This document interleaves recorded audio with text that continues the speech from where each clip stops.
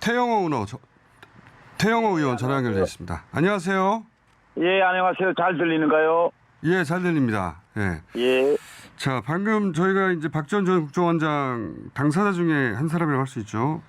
인터뷰를 예. 했는데 지금 야당에서는 이 북한 어민 북송 사건에 대해서 16명 살해한 흉악범인데 받아줬어야 하냐 예. 이렇게 이제 말하고 있거든요.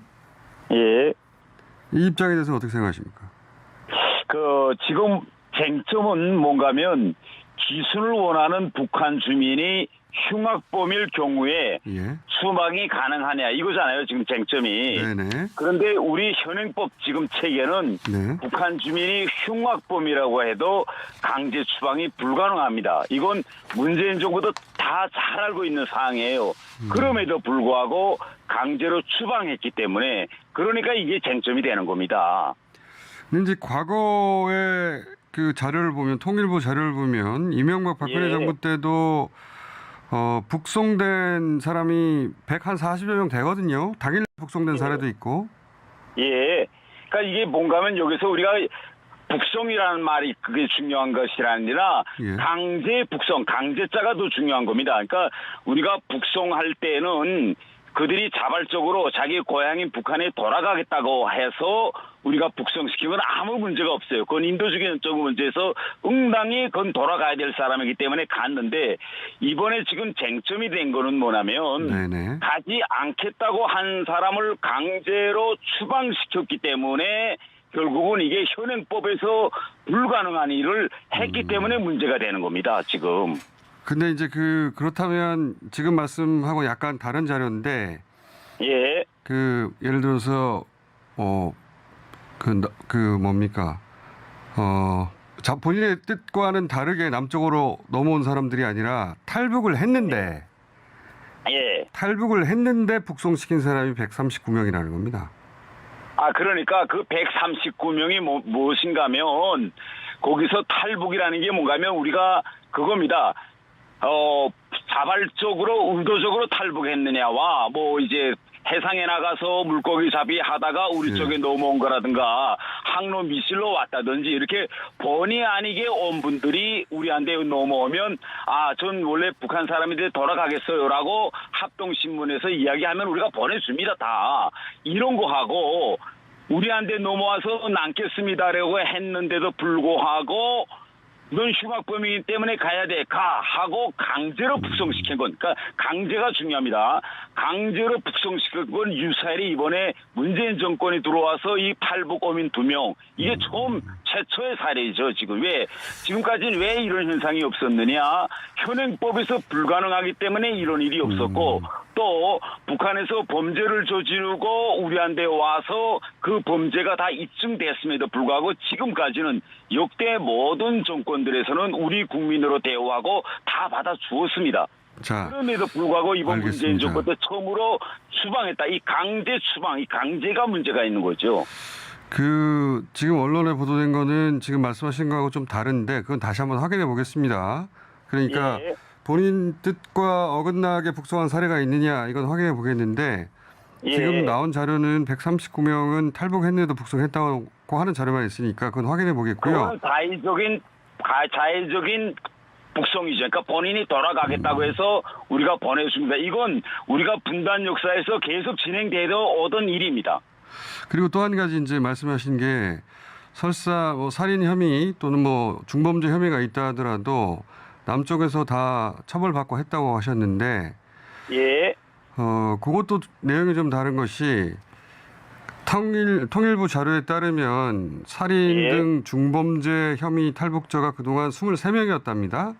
근데 그게 네. 무슨 자료인가 하면 예. 국제 형사법 그러니까 국제적으로 공인된 범죄를 저지른 게 13명. 예. 그다음에 북한에서 살인과 같은 중범죄를 저지르고 온 사람이 10명. 그럼에도 불구하고 우리 정부는 다 받아주었죠. 그런데 그게 어떤 문제가 생겼냐면 우리 형법상으로는 자백밖에 없어서 유죄 입증이 어려워서 국내에서는 그분들이 수사를 안 받았다고 하거든요. 그래서 법원까지 아예 가지도 않았다고 하거든요. 처벌을 받은 게 아니라. 그거는 사실과 완전히 다릅니다. 제가 몇 가지 이야기할게요. 예. 지금 우리가 이번에 강제 북송된 거기에서 민주당에서 이걸 합리화하자고 결국은 기순의 진정성이 없었다 이거잖아요 지금. 네. 근데 한 탈북민이 왔어요. 와서 합동신문 과정에 기순의 진정성이 없다고 의심됐습니다. 그러면 이런 경우에는 우리 현행법이 어떻게 하게 돼 있느냐. 그걸 사법기관에 넘겨주게 돼 있어요. 그래서 이분이 사법기관에 넘겨가서 경찰과 검찰의 조사를 받고 거기서 기소를 당해서 법원에서 10년형을 받았습니다. 그래서 10년형을 다 살고 2020년 10월에 나온 사람도 있고 지난달에도 어떤 일이 있었느냐. 바로 저지른 범죄 때문에 기소돼서 재판까지 가서 징역형을 선고받았어요. 진짜. 네. 이런 사례가 계속 있는 겁니다. 그렇기 때문에 현행법에 준한다면 이번에 강제 북송 사건에 지금 물망에 오른 이 북한어선 2명도 우리 사법 절차에 넘겼어야 됐죠. 이게 정상적인 절차인 겁니다. 그런데 우리가 이런 사건을 대할 때 기준점이 뭐냐면 모든 사람에게 동등한 인권 기준과 적법 절차가 적용됐느냐. 이 동등한인데 다른 사람들한테는 동등한 적법 절차가 적용됐는데 이 2명에 대해서만은 동등한 적법 절차가 적용되지 않았다. 이게 문제인 거죠. 근데 제가 그 언론 보도를 통해 접한 자료하고는 좀 다른데 예. 자백밖에 없는 경우에는 유죄 입증이 어려워서 수사를 제대로 안 받았다. 지금 말씀하신 사례가 그 법적 처벌을 받은 사례가 있는지는 모르겠으나 그런 경우가 있나 보죠. 아시는 거 보니까. 근데 한 분 같은 경우에는 네. 지금 어떤 상황인가 하면 자기가 그렇게 기순하겠다고 했음에도 불구하고 진정성을 의심한다고 사법기관에 넘겼고 재판을 받아서 10년을 살고 나와서 지금 오히려 이분 같은 사람은 지금 자기가 그만큼 남겠다고 지순 의사를 밝혔음에도 불구하고 10년을 살게 했으니 국가를 향해서 오히려 이 사람 같은 경우에는 배상을 해달라고 하는 그 정도거든요. 그러면은 10명 살인 혐의가 있던 탈북자들이 다 처벌을 받았다는 겁니까, 남한에서? 그러니까 10명이 다 그 구체적인 상황은 통일부가 지금 밝히지 않는데 10명과 그 전에 형사국제재판 형사 범죄가 있는 13명이 있는데 그 중에서 누가 받았느냐 누가 안 받았느냐 이건 지금 통일부가 일체 지금 자료를 밝히지 않고 있어요. 그런데 현 시점에서 보면 사법 절차를 받아서 징역형을 받은 사람이 있다는 거죠. 사람이 있지만 모두 다 처벌받지는 않은 거 아닙니까? 그러니까 살인범 중에서도 실제 남한에서 입증이 불가능해서 아무런 처벌 없이 살고 있는 사람들이 있는 거잖아요. 근데 이번에는 16명 연쇄살인범이라면 굉장히 중한데 이번에도 진술밖에는 증거가 없어서 법정에서 유죄가 나지 않을 가능성이 높다고 본 거 아닙니까? 아니죠. 지금 문재인 정부의 말을 그대로 본다면 이렇게 되어 있습니다. 합동신문 조사 과정에서 흉악범이라는 게 드러났기 때문에 보냈다는 거 아닙니까? 네. 전제가. 네. 그러니까 이 합동신문 과정에서 흉악범이라는 걸 판단할 수 있는 충분한 근거는 다 지었다. 이겁니다. 지금 문재인 정부의 설명. 그러면 충분한 근거가 있다면 당연히 공식적인 수사를 위임받은 경찰이나 검찰에 넘기는 것이 적법 절차입니다. 우리나라에서는 그 어떤 무죄 추정의 원칙에서 그 어떤 범죄도 범죄자라고 최종 판단할 권한은 법원에 있습니다. 이게 우리 사법 절차예요. 이거는 청와대 국가안보실에서 범죄자라고 판단할 것이 아니라 법원이 판단할 일을 문재인 정권에서는 바로 청와대 국가안보실이 했다니까 이게 모든 사법적인 적법 절차를 어긴 것이 바로 여기에 문제점이 있는 거죠.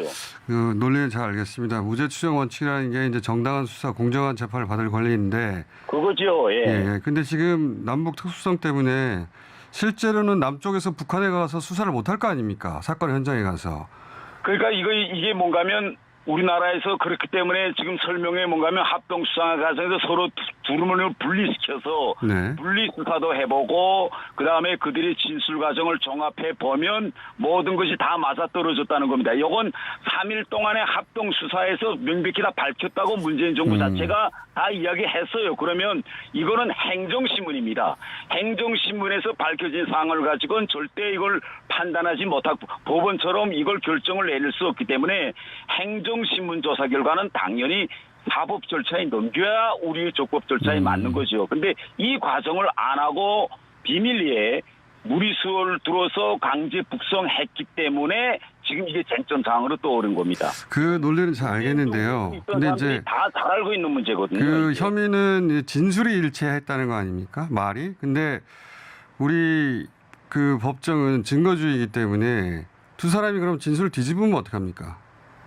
증거가 없는데. 거기서는 문재인 정부에서 이야기하는 건 그겁니다. 그들의 진술도 있었고 그때 당시 배에도 그런 흔적이 있었고 달아난 SI 결국은 국방부에서 가능한 감청 자료 여러 정황상 모든 증거를 종합해 본 데 의하면 흉악범이 틀림없었다 이겁니다. 지금 문재인 정부 설명. 그러면 아니 행정신문 절차에서 흉악범이 틀림없었는데 이것이 경찰 수사나 검찰 수사에 가면 이게 약해집니까? 약해지죠. 않거든요. 오히려 더 아니요. 그건 약해집니다. 법정에서는 진술만 가지고 살인범의 형을 확정하는 건 굉장히 약하기 때문에 왜냐하면 진술밖에 없으니까요. 그리고 사건 현장을 볼 수 없고 네, 사건 흉기를 확보할 수도 없고 현장에 가서 수사할 수도 없지 않습니까?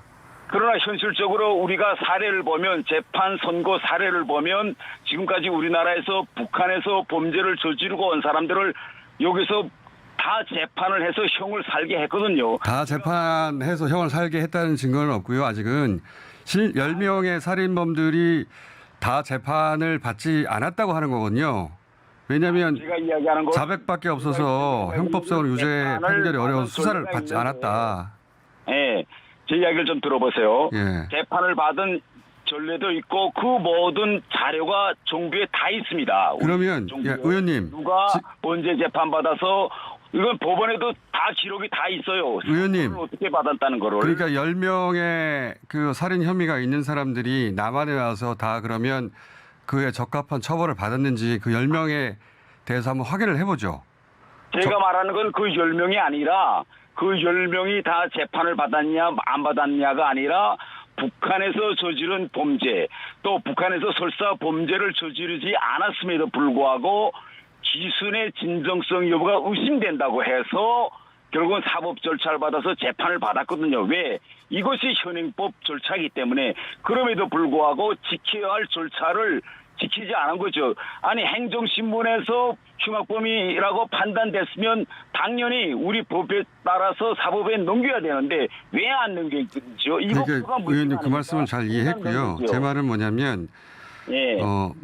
그 의원님이 말씀하셨듯이 10명 정도는 살인 혐의가 있는데 예. 의원님 말씀은 그 10명도 우리 사법체계에 의해서 다 처벌을 받았다고 하시고 제가 알기로는 아니, 그렇지 않다고 알고 있으니까 만약에 10명이 다 사법 절차에 대해서 처리받았다고 말한 적은 없습니다. 제가 말하는 건 그러면은 그 사람들도 빠져나갔으니 이 사람들도 빠져나갈 수 있는 거 아니겠습니까? 그러면 그런 가능성이 있다면 법이 해결을 못하면 그 영역은 정치가 판단할 수밖에 없는 거 아닌가요?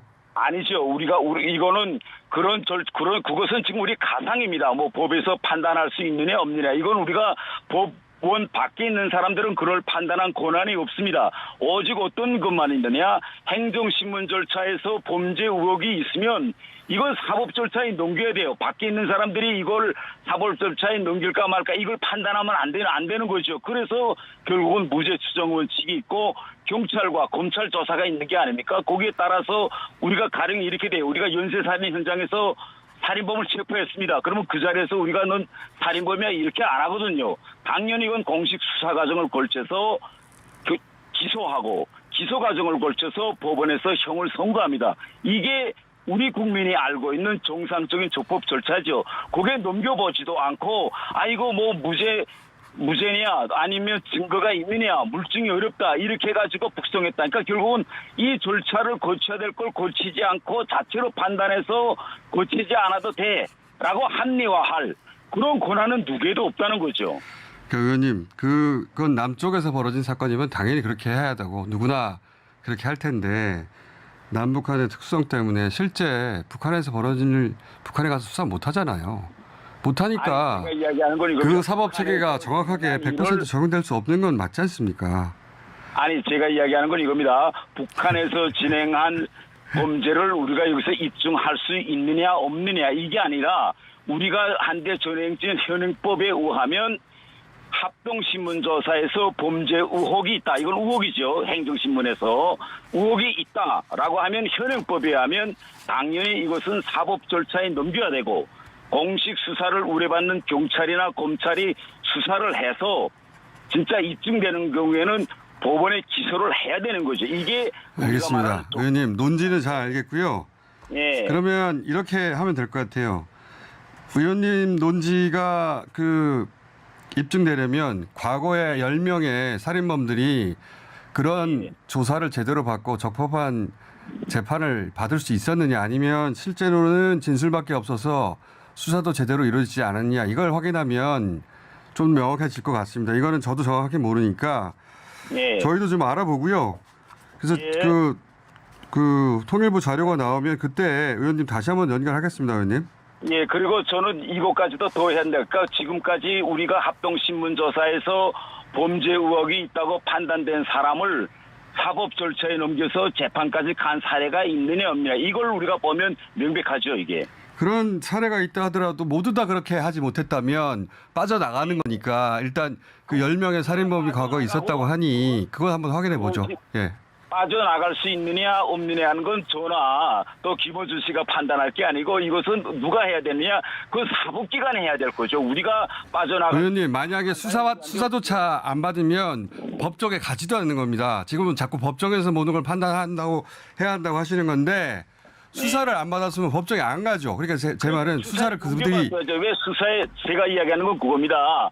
법정에서 빠져나갈 수 있느냐 없느냐가 아니라 수사에 응당 넘겼어야죠. 범죄 의혹이 있으면. 그러니까 수사도 안 받은 케이스가 있다고 하니 그거는 확인을 해보고 저희가 그 사례 수가 나오면 의원님하고 다시 연결하겠습니다. 그때. 예, 그렇게 하세요. 예, 알겠습니다. 감사합니다.